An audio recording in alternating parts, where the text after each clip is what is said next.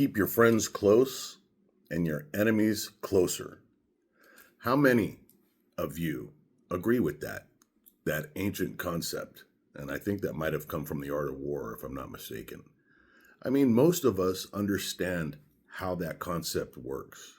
We want to keep our friends close, but we want to really keep our enemies closer so that we can monitor what's going on with them and keep an eye and an ear and a gut feeling on what's going on. If you don't have any contact with your enemies and you can't see them, you can't hear them, you don't talk with them, then everything is left up to whatever other intelligence you can gather from other sources about them. So why am I talking about that? I watch a lot of videos every day regarding what's going on in Ukraine and with Putin and Europe in general, with the crises that they have, the migration, all of it. Now, it's no secret that I'm a very, very hardcore conservative, and it's very sad to me to see what's going on in Europe. That's a different video. I've seen Europe when I was younger, and in '82, I've traveled around, and it was beautiful. I see what's going on there now. Terrible. But my subject today is really, it's a message for European people who, when you look at videos, and I mean, this is going on in America too, but I'm talking about the people who literally have no understanding of why Trump acts the way he does. And I'm not saying Trump is a perfect man. I love him as a president. I support him, voted for him twice. But do I agree with every single thing he does? No, of course not. I can tell you that at the Charlie Kirk Memorial, I just had to roll my eyes and say, well, that's Trump. At least he's consistent. He starts going on and on like he's at a campaign speech. That's what he does. But, as I've always said, I don't vote for a person to be the president of the United States because he's a nice guy or because he speaks very well. I vote for that person based on what I believe they can do for the betterment of the country. And that is the president's number one goal, is the protection and growth of the citizens of his country, his or her country. And I just want you to keep that in mind. Now, the Europeans, a lot of the leftists, the people with Trump derangement syndrome, they're never going to agree with anything Trump does. It's been said a million times. He could literally cure cancer today, and they'd want to impeach him and sue him and arrest him because he doesn't have a medical license. I want to take them out of this conversation for a second because it's counterproductive to where I'm going. I'm talking to European people when it comes to how they view Trump and the looming threat of Russia. Now, remember, I started this off with about keeping your enemies closer.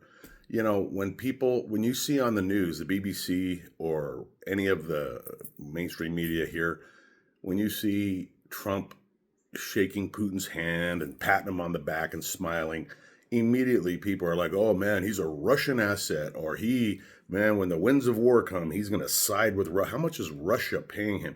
And it's such a basic thing that I can't believe that anybody over the age of 15 doesn't understand that. Trump is very well aware of, that was a mosquito, very well aware of the history of Russia and Putin. He doesn't trust Putin. But, when you're dealing with a nutcase, and I'm talking about Putin in this case, not Trump, as some of you might be going, yeah, he's a nutcase. I mean, Putin is an evil dude, man. He's evil, in my opinion. I mean, he has gotten so many of his own people killed and slaughtered. That's a whole nother. I could go on for hours about that. I watch every single morning. I get up and I watch Telegram videos that show the uploaded helmet cam footage and the drone footage from both Russian soldiers and drones and Ukrainian. And these are some sadistic people, no question about it. Talking about some of the Russian soldiers. But by and large, these are just people getting wasted. Their lives are getting thrown away like trash. You can go see it. There's literally dogs eating their face. It's insane. And, they are starting to wake up. And they're starting to realize, what the fuck are we doing here? What is this for? A little too late.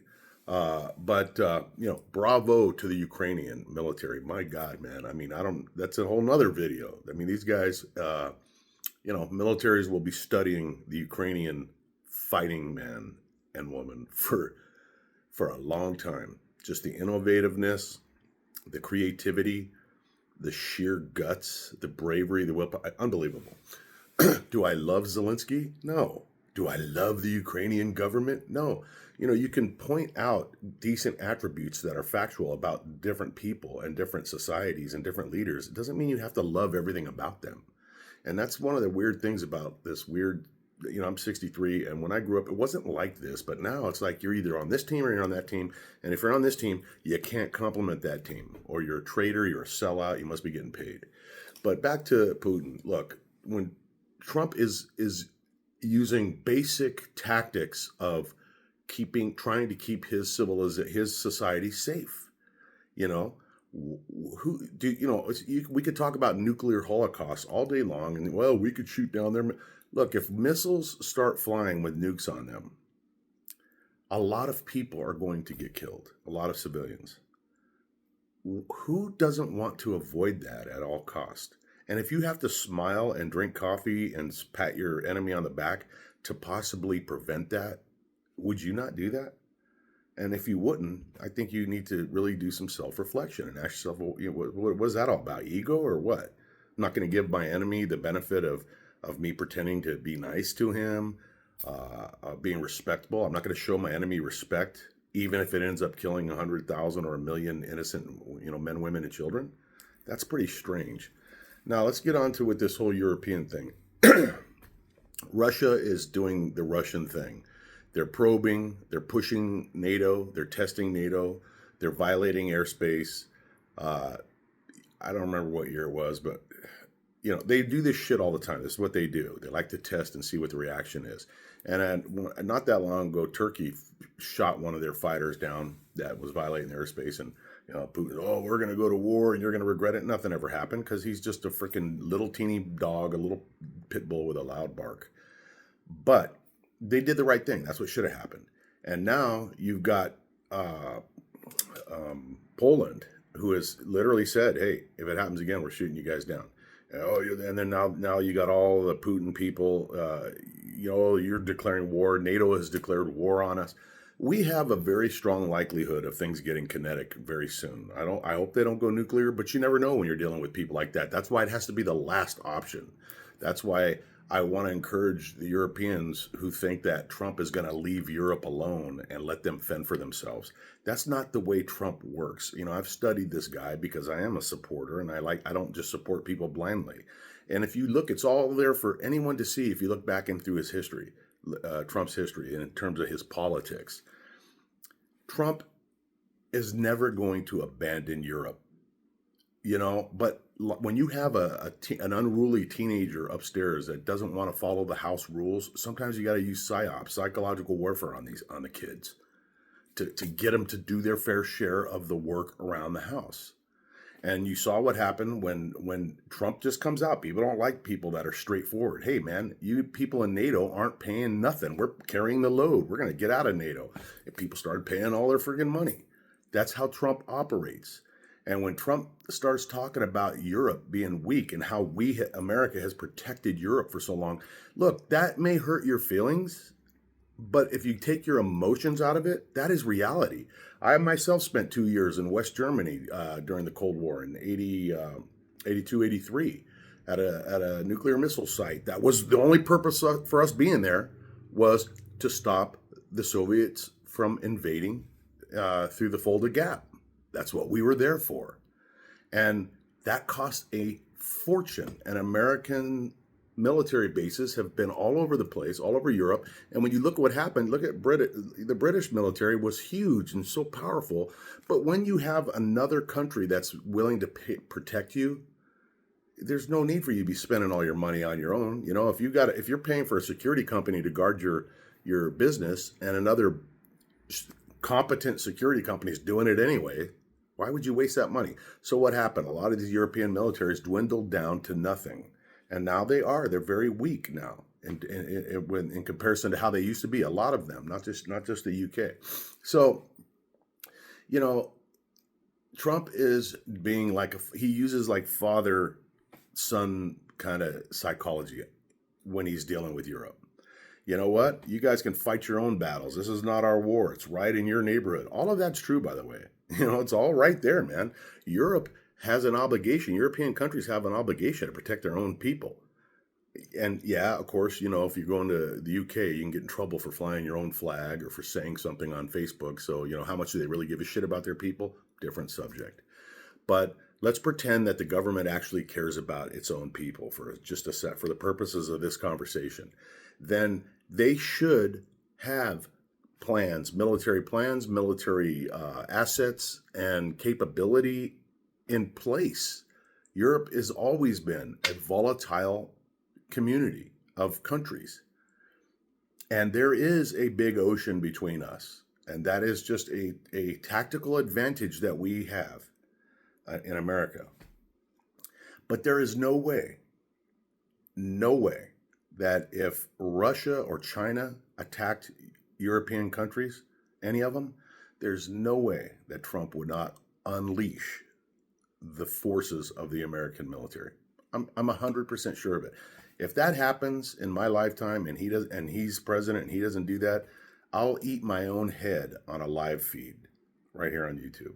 There is just no way. But if you look at now, there's all kinds of conversations going on with the European leadership. Oh my God, we're going to have to start producing our own weapons. Why did it take that to make you reach that conclusion? You should be doing that anyway. Nobody should be carrying the full weight of anybody else's burdens, But America is not a perfect country. Far from it. There is no perfect country. And, it's frustrating it's got to be frustrating, I'm guessing, for the rest of the world that you get used to America's political stance and then in 4 years it could totally change. That must be very hard to deal with. But that's the way it is, you can't really, if you're not from America, you're not American, you're probably never going to understand why we're the way we are.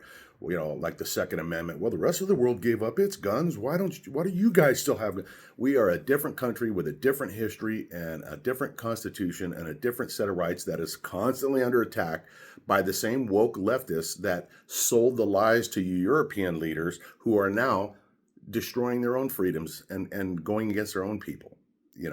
Don't fly this flag, but you can fly that flag. The immigrants can come and fly their flag, but if you say anything about it, you're going to jail. I'm sorry that cancer that cancer from the leftist woke crowd that stemmed from America. That was the American left that pushed that out because let's face it, there's a group of people that they literally want a two level of society in the world. They want them and us. And the them part is going to be very small with lots of money and power. And the us are just going to have to do whatever it is that the thems want us to do. That's what they see. That's what they foresee. They're very naive because a lot of the big players who are threatening America right now, we're under threat, in case you don't know. That group of people, those people will enjoy using them as leverage to collapse the American system and the European systems. But once all that happens, let's just say it did, do these people that propagated that shit, these Westerners, think that they're going to somehow live in peace with those people? Not going to happen. Those people, it's even countries that have collapsed to communism. The first thing they do, they use these useful idiots to go out there and break windows and light fires and carry signs and raise a ruckus. And then once communism is firmly established, they get rid of those people quick, fast, execute them, get rid of them, because that those are the people that are so stupid that they will rise up and destroy their own country for a cause that you sold them. They're dangerous. Another subject. I hope, and I'm not doing a good job of it, but I hope that I can put to bed some of the fears that the Europeans have that truly imagine Russia attacking them. And Trump just going, hey, good luck. Now, he's the kind of guy that'll say that at a UN meeting. Hey, good luck. Hope you guys do okay without us. Because he's trying to evoke a response, not a verbal response. He's trying to evoke action. That's what he does. And, am I 100% right? Who knows? Probably not. But I believe that I am. I believe that I understand him enough to know. And I understand the American people The American people will not sit idle and let European countries get ravaged by China or Russia or both of them at the same time. It's not going to happen. So, anyways, does that make sense? Now, either resonated or it didn't. But if it did, let me know. If it didn't, let me know. Look, this is my my fourth YouTube channel. My primary got shut down a long time ago. I had a hell of a lot of subscribers. I didn't monetize then. I'm not like trying to be some big YouTube hero. I just have something to say, and the more people that see it, the more inspired I am to say things. So if you like this video, give it a like, and if you really liked it, give it a share. Especially if you're a European and you've got friends, family, or neighbors that are terrified that America is going to abandon them. America is not going to abandon you. We're not going to abandon our European brothers and sisters. Not going to happen. Stay safe.